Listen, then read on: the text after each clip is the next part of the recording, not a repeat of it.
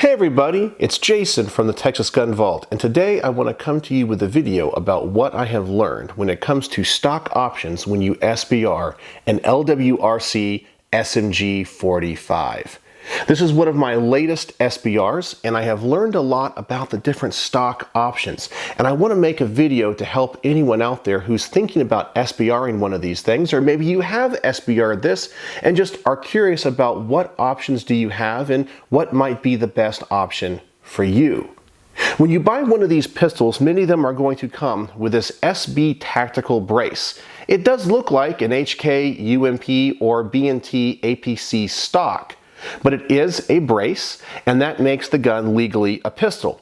But when you file your Form 1 with the ATF and make this an SBR, well, obviously you want to get rid of that. So you can replace that with a couple of options. Obviously, as I've already mentioned, a folding stock. And when it comes to the stocks, you have two options. This particular one is a B&T APC stock, and you can also put on an HK UMP stock. Both of these stocks will require modification, but they require different modification for them to work correctly with the SMG 45. There is also a telescoping stock option if you wish to go in that direction, and this is offered by LWRC themselves. So they do offer a telescoping stock, but they do not offer a folding stock option for this gun, and you have to go in a different direction. So let me adjust the camera. I'm going to show you the modifications that you have to make to these stocks in order to install them, if that's the direction you want to go in, and I'll show you an issue that I've discovered with the telescoping stock that I think you should be aware about before purchasing one. Alright, so here is my LWRC SMG 45 SBR, and as such I'm legally allowed to have the vertical foregrip and a stock.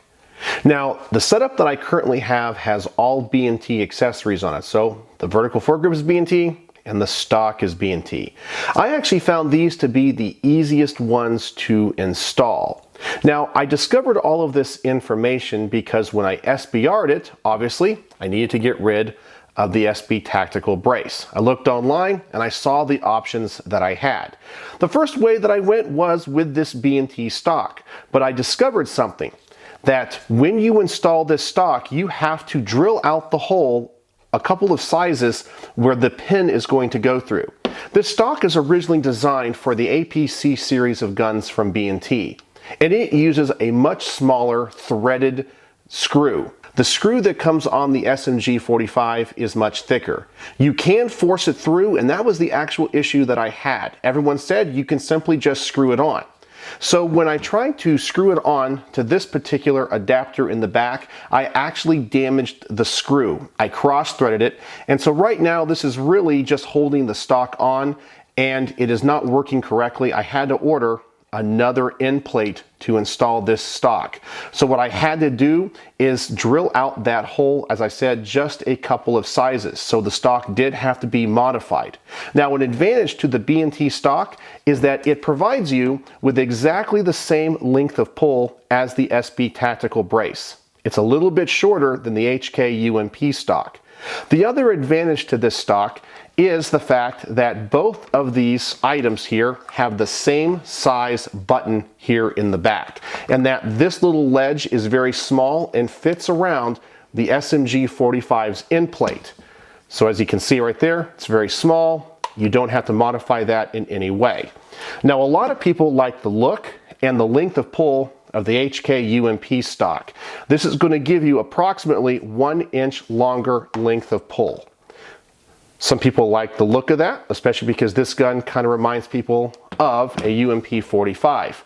The downside to this stock, however, is that you do not have to drill out this hole right here. It is already big enough because there is a pin that goes on the UMP that is quite substantial and is about the same size as the threaded screw on the SMG 45. The button, however, is a lot bigger. This ledge is a lot wider. In fact, you can see where I have tried to file down on this. I was unable to actually get it to fit on this particular gun, and I got tired of trying, and that's why I went back and installed the B&T stock, which actually I'm most happy with. So if you decide to put on a folding stock and want to go with the HK UMP, you will need to modify this button. Another option you may have is to simply replace this button with a B&T button, but I don't know how hard those would be to source and find. But you will have to modify the button itself because this ledge is going to be too wide and will not fit in the adapter right here where it locks into place. Now, when I originally cross-threaded this particular SB tactical brace and this screw and kind of ruined it, I contacted LWRC to buy a new end plate. They were very hard to get in touch with and their customer service was not very good. Eventually, I was able to contact someone who helped me out and send me another end plate and screw, so I was able to install this stock. But in the meantime, thinking I would never be able to buy that part, I purchased off of their website this telescoping stock. This is the mount that goes in the back to allow a buffer tube extension, and I also purchased the LWRC micro compact stock. I thought that this would actually look really nice, and in fact, when you install this, it does work and look very nice.